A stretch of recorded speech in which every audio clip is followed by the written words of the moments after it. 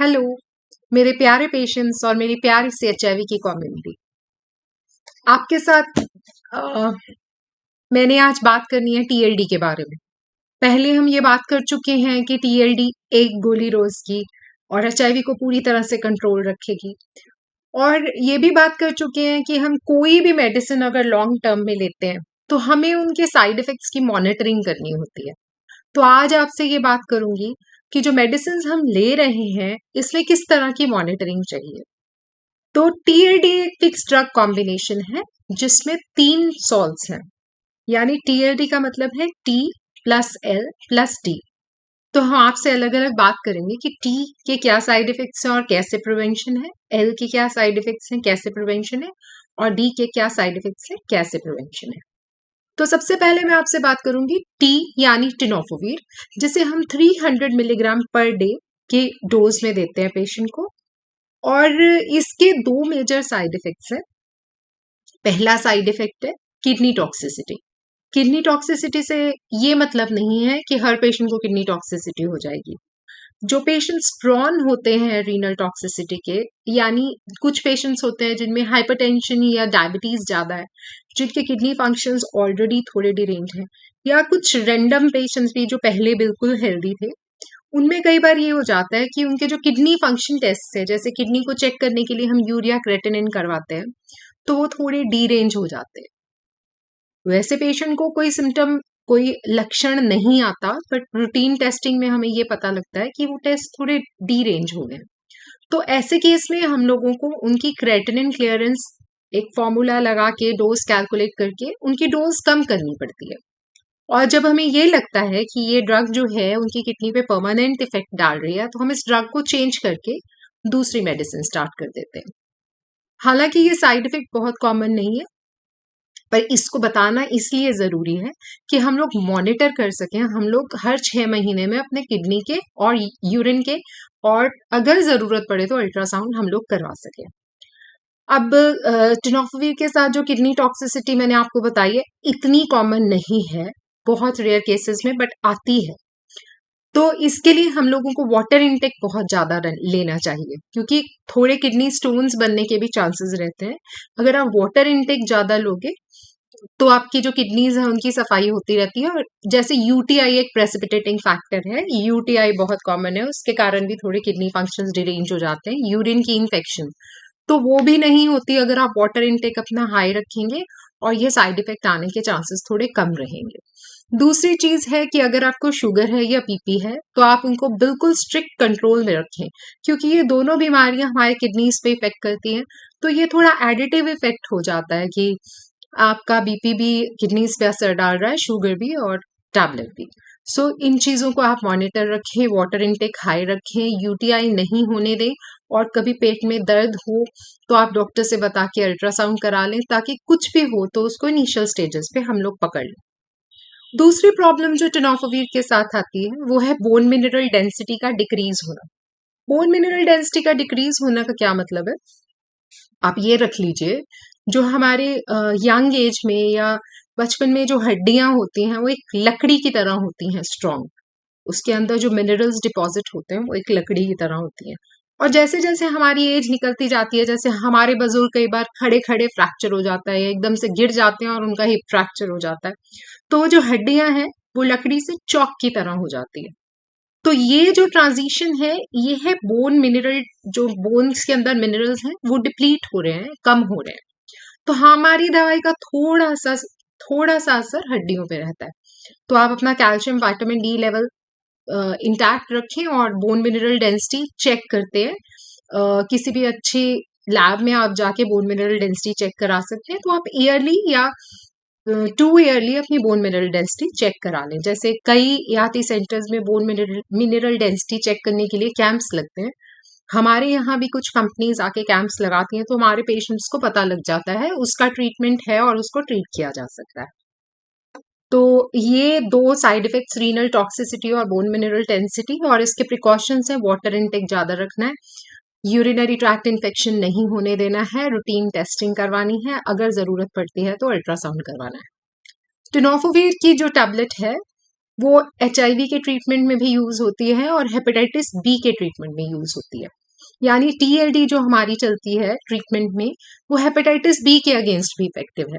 और इसे सेपरेटली जो इंडिविजुअल हेपेटाइटिस बी के केसेस हैं जिनको HIV नहीं है उनमें भी दी जाती है। तो हमें इसके बारे में अच्छे से पता होना चाहिए। लेनी कब है TLD एज मतलब 1 टैब जो लेनी है, मेनली रात को बोलते हैं, क्योंकि रात को आप रिलैक्स होते हैं घर में आके, तो एक रूटीन बन जाता है, मिस होने के चांसेस कम होते हैं। अगर आप सुबह लेंगे तो सुबह जल्दबाजी होती है, ऑफिस जाना है, काम करना है, उस चक्कर में घर के काम में कहीं ना कहीं आपकी टैबलेट मिस हो सकती है। तो हमें कोशिश करनी चाहिए कि हम एक टाइम रखें, पर एक टाइम इतना स्ट्रिक्ट नहीं रखना कि रात को नहीं ली तो ली ही नहीं। मतलब अगर आपको मॉर्निंग सूट करता है तो आप मॉर्निंग ले सकते हैं। दूसरा जो कंपोनेंट है L यानी लैमोविडीन, उसकी मिनिमम टॉक्सिसिटी है और रेयरेस्ट ऑफ रेयर केसेस में इससे थोड़ी ड्रग रैश हो जाती है। तो इसके बारे में बहुत ज़्यादा हमें डिस्कस करने की ज़रूरत नहीं है। ये ऐसी ड्रग है जो बाकी ड्रग्स की इफेक्टिवनेस भी बढ़ाती है। और जो तीसरा कंपोनेंट है D यानी डोलुटेग्रावीर, जो हम 50 मिलीग्राम पर डे डोज में देते हैं, उसका जो साइड इफेक्ट्स हैं उसके मेनली हमारे पास 3 साइड इफेक्ट्स हैं। पहला साइड इफेक्ट है वेट गेन, इसमें काफ़ी वेट गेन हो जाता है। तो पेशेंट चाह के भी, यानी हम लोगों ने ऐसे देखा है, हमारा एक पेशेंट था जो क्रॉनिक वेट लॉस, मतलब हम लोग दुखी हो गए थे, 48 से वो पेशेंट 34 तक पहुंच गई और उसका एक स्पेशल केस प्रेजेंट करके हमने अपना जो सेंटर ऑफ एक्सीलेंस है वहां भी भेजा, बट उसके सब टेस्ट नॉर्मल थे, उसकी डाइट इंप्रूव करके भी उसका वेट गेन नहीं हुआ, हमें समझ नहीं आ रहा था।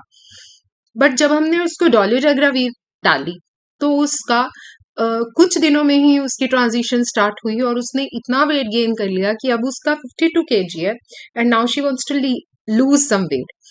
तो डोलुटेग्रावीर से एक बार वेट गेन होने लग जाता है तो बड़ा मुश्किल हो जाता है। तो ये पेशेंट्स को पता होना चाहिए कि हमारा जो ये वेट गेन हो रहा है, कहीं ना कहीं हमारी मेडिसिन का इसमें रोल है और हमें इसको कम करना है। स्पेशल डाइट लेनी है, शुगर्स लो लेने हैं और एक्सरसाइज रेगुलर करनी है और वेट को मेंटेन करना है। दूसरा इसका साइड इफेक्ट है डोलुटेग्रावीर का हाइपरग्लाइसीमिया। हाइपरग्लाइसीमिया मतलब जिनको शुगर नहीं है पर चांसेस हैं शुगर होने के, उनको शुगर हो जाती है, और जिनको शुगर है उनका कंट्रोल जो है वो डीरेंज हो जाता है।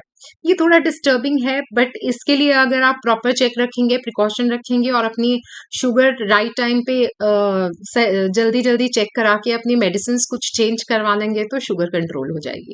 सो ये इंटरलिंक्ड है, वेट गेन और शुगर कंट्रोल जो है। अगर आप अच्छी डाइट लेंगे, एक्सरसाइज करेंगे और वेट गेन और शुगर का कंट्रोल करेंगे तो इतना भी मुश्किल नहीं है। एक डोलुटेग्रावीर का साइड इफेक्ट है कि इससे थोड़ा इंसोम्निया हो जाता है, नींद की थोड़ी दिक्कत आती है, और वो जो नींद की दिक्कत आती है उसके कारण कई बार थोड़ा बहुत हेडेक, तो हम लोग हल्के से सिडेटिव्स डाल देते हैं जिनकी हैबिट भी नहीं लगती, और कुछ दिन लेके पेशेंट धीरे धीरे वो सिडेटिव्स को बंद कर सकता है। और एक इसमें प्रॉब्लम है हमारा, ओटीपीटी थोड़े इंक्रीज हो जाते हैं, यानी लिवर के जो फंक्शन टेस्ट है वो थोड़े इंक्रीज हो जाते हैं।